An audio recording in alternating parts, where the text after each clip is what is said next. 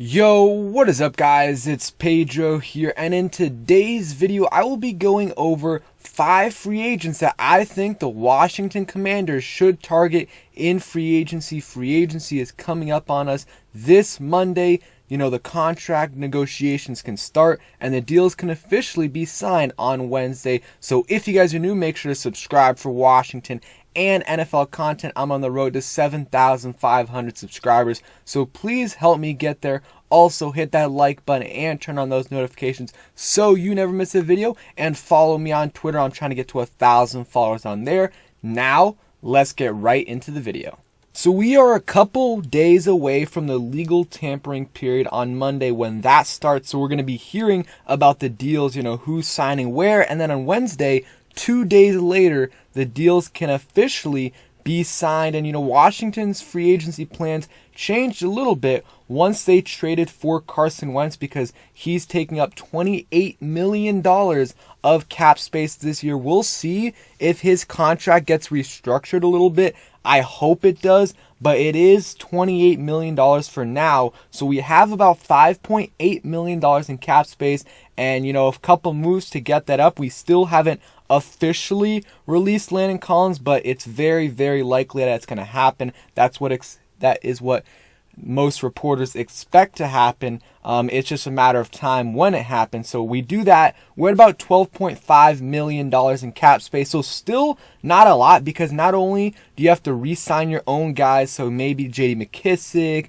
Joey Sly, Cam Sims, guys like that, you also have to pay your rookie class.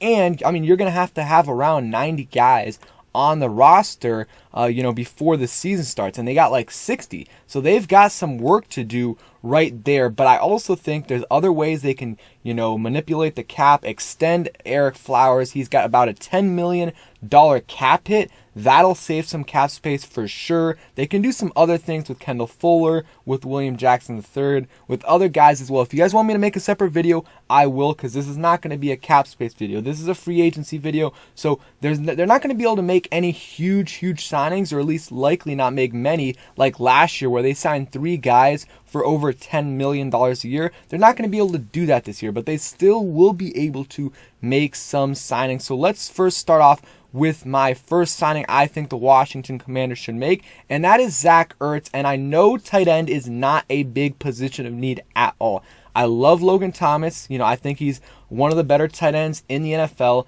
I absolutely love John Bates. He was really good as a rookie. He's already one of the best blockers in the NFL. If you look at a lot of the analytics, and like PFF, I think had him as the number 1 ranked blocker, and he was solid as a pass catcher as well. Ricky Seals-Jones is a free agent. We'll see about Sammis Reyes.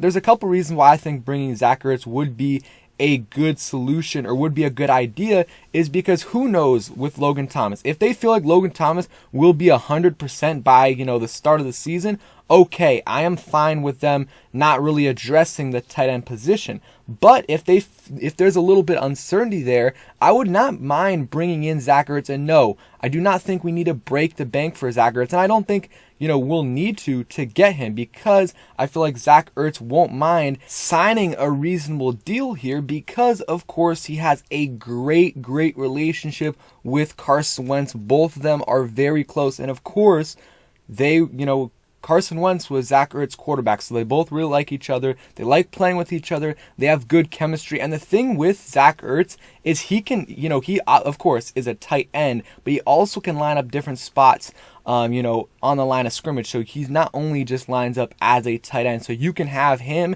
and Logan Thomas on the field at the same time when they are, if they are healthy. So I think that would be a good solution. No, I don't want to pay him like $8-9 million, but if we can get him for a reasonable deal, like a 1 or 2 year deal, I think it would be something, a good move, because you add some familiarity to Carson Wentz. You give him some familiarity, and give him a security blanket, someone who he's had a very good connection with. You look at 2020, from 2016 to 2020, he's played they've played with each other. This past year, played with the Eagles, I believe, the start of the season, then got traded to the Cardinals, and had a pretty good year. 763 yards, 5 touchdowns, and the first half of the year with the Eagles, he didn't really play as much because they kind of knew he was going to get traded eventually. Once he got to the Cardinals, though, he was playing really, really well and ended up having a pretty solid season, over 750 yards and 5 touchdowns. So that's a great year. The year before, played in 11 games, in and out of the lineup. It was not a good combination. They weren't in the right spot. The Eagles, Carson Wentz, and Zach Ertz just in general. The year before, 916 yards. The year before, 1,100 yards. I mean, you look at his numbers. He was one of the best tight ends in the NFL for good stretch of time, like 2017 to 2019. He was like a top 3, top 5 tight end in the NFL. So he's not that guy anymore. He's getting up there in age, but he's still a really, really solid tight end, and it's an insurance policy if someone goes down. If Logan Thomas isn't good to go, John Bates goes down, and even if everyone's healthy, I still think it would be a good combination to have both of those guys. And really, I want this as well because they have a good connection with each other, Carson Wentz and Zach Ertz. You want to make Carson Wentz as comfortable as possible. So another signing, not a guy that I think a lot of people have heard, but Alexander Johnson is a free agent linebacker, and he would be a really good option, in my opinion, for the Washington Commanders. Shout out to Nathan Coleman for this good tweet right here. He says, don't sleep on the Commanders targeting linebacker Alexander Johnson as a free agent, and he lists some things. 3rd highest graded inside linebacker in 2019 and 2021 via PFF. He's a Mike linebacker, cost-effective deal due to age, about $7 to $8 mil per year. Might even be lower than that, I think. And then, Cole Holcomb is a free agent after 2022. I think it could be lower than $7 to $8 mil a year. And, again, we don't have a ton of cap space, but there are ways to manipulate it.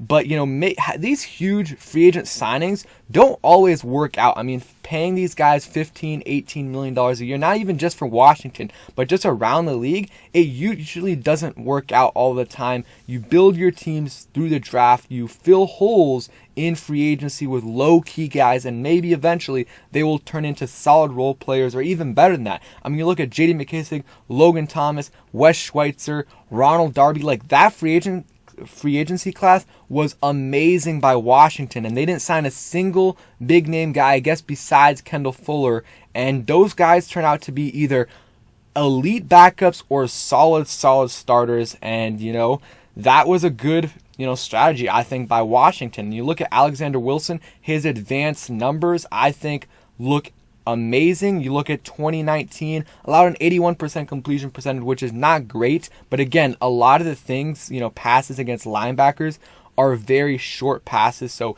it's easier to have a high completion percentage. But you look at the pass rating, he's allowed an 80 pass rating, not a single touchdown. That's a pretty good pass rating to allow. The next year, a little bit higher pass rating, but a lower completion percentage. And this year, he was hurt. Not sure the injury, but I remember the Broncos had a ton of injuries at linebacker. In the short, small sample size, 38.9% completion percentage allowed and a 69.7 passer rating allowed. He was really good this year in coverage, and he's a great tackler as well. You look at this missed tackling percentage, 0% this year. Again, only 7 games, but still very impressive. 5% the year before, 8% the year before, and honestly, anything under 10% is pretty good. And having a 5%, a 0%, and 8%, that is very good. And, he's a little up there in age, 30 years old. So this is a guy that I think could be a similar signing to like J.D. McKissic, Logan Thomas, a low-key signing that turns out to be a really good signing for Washington. I think it's going to be a little bit more expensive than those two guys, but still, I really would like to add someone because I think we do need a veteran linebacker, and you could sign him, and that would be a perfect scenario where you sign Alexander Johnson and then you draft a guy in like the 3rd round to sit behind him and eventually overtake him. I really like Alexander Johnson. So that would be someone will be on the top of my list, in my opinion. So another guy, this is the obvious one, Bobby Wagner. I mean, he's the best free agent linebacker on the market. I don't think it's realistic, but I had to add him on this list. So, and Commander Realm brought up a good point, and he says, and for anyone who wants to bring up the fact that he's going to be 32, Washington first signed London Fletcher when he was 32, and London Fletcher is one of the best players in Redskins history, and I mean he played really great for us for a long period of time, but he's not in Bobby Wagner's league. Like, Bobby Wagner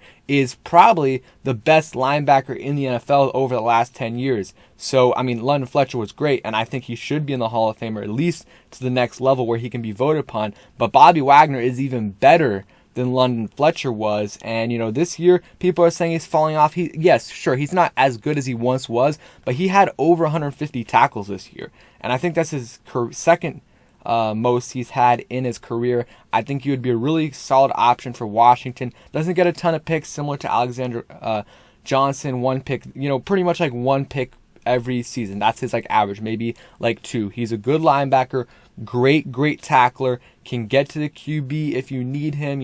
One sack this year, but 3 the previous 2 years. So he's an option. I don't think Washington's going to get him because, first off, he's probably going to want to go to somewhere where they're contending immediately, and I don't know if we have the money to pay him, but definitely an option I think we should go after, and I didn't want to not mention him because I know a lot of people want to sign him, myself included. And in the comments down below, what players do you guys want to see Washington go ahead and target? My next guy, Cedric Wilson. I've been on this train for a while. Maybe the Cowboys go ahead and re-sign him, but I think he would be a really good low-key signing at the wide receiver position for the Washington Commanders. Would help address that receiver position. He exploded this year, had over 600 yards, 6 touchdowns, and he was like the 5th option on that Cowboys team because you got Amari Cooper, who just got traded to the Browns. You have CeeDee Lamb, Michael Gallup, who is in and out of the lineup, and then Dalton Schultz. Those guys are all ahead of him,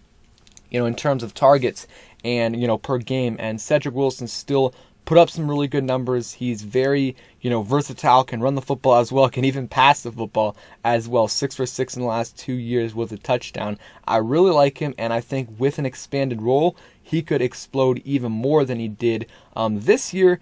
And he's a good insurance policy because the last few years, we just have no help for Terry McLaurin, and if that second option goes down, he has no one. And I think adding Cedric Wilson would be a really good insurance policy to have for the Washington Commanders in case any of the receivers get hurt. And I think you can get him for a reasonable deal.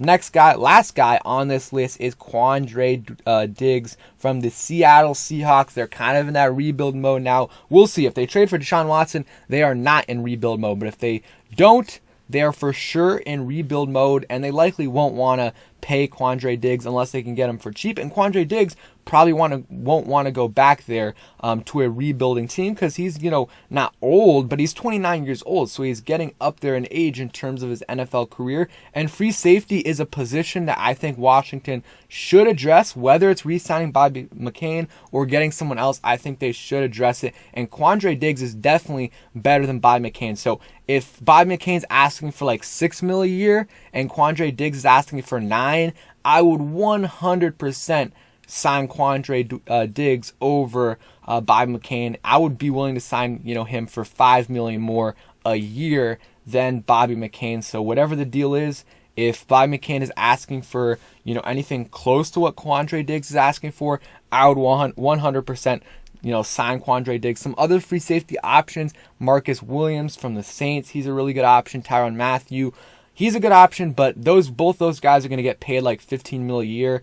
And I just don't want to go down that route again with a big signing, especially at the safety position, especially Tyrann Mathieu, who's like over 30 right now. And that would just be a recipe for disaster, in my opinion, because unless it's like a 1-year deal or 2-year deal, I just don't want to pay him like 3 or 4 years, $15 million a year. I just don't like that. But Quandre Diggs, you look at these stats, leads the NFL in interceptions since 2019. He's a true deep safety, discounted price at 29 because he's coming off an injury. He's versatile enough to play in multiple schemes, and he's a great leader. That's what a lot of people say about him. You look at the stats, I mean, just look at that.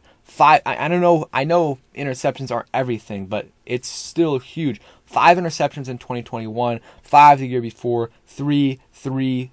I mean, at the free safety position, that is what you need. You pair him with Cameron Curl, and that would be an absolutely amazing free safety combination, and it's not going to totally break the bank. You can probably get him for under 10 mil, and he has made the Pro Bowl the last couple years. I know that's not a huge deal, but still, he would be a really good signing, in my opinion, at a position of need, because Bob McCain is a free agent, so I would 100% bring in Quandre Diggs over Bob McCain, even if it's for like 4 mil, 5 mil over what Bobby McCain is asking for. And these are guys I want to sign, all these 5 players that I mentioned. Of course, they will not be able to sign all 5 of these guys. They don't have the cap space. They just don't. And most teams, don't have the cap space to sign, 5 somewhat big name guys. I mean, not all of these guys are, but they're all very likely going to be paid $5 million or over per year. So, and some of them more than that. Bob McCain is going to get paid much more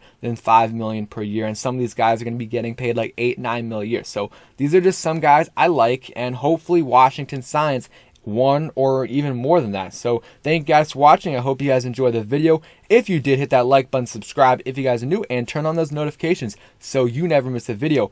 Peace, guys.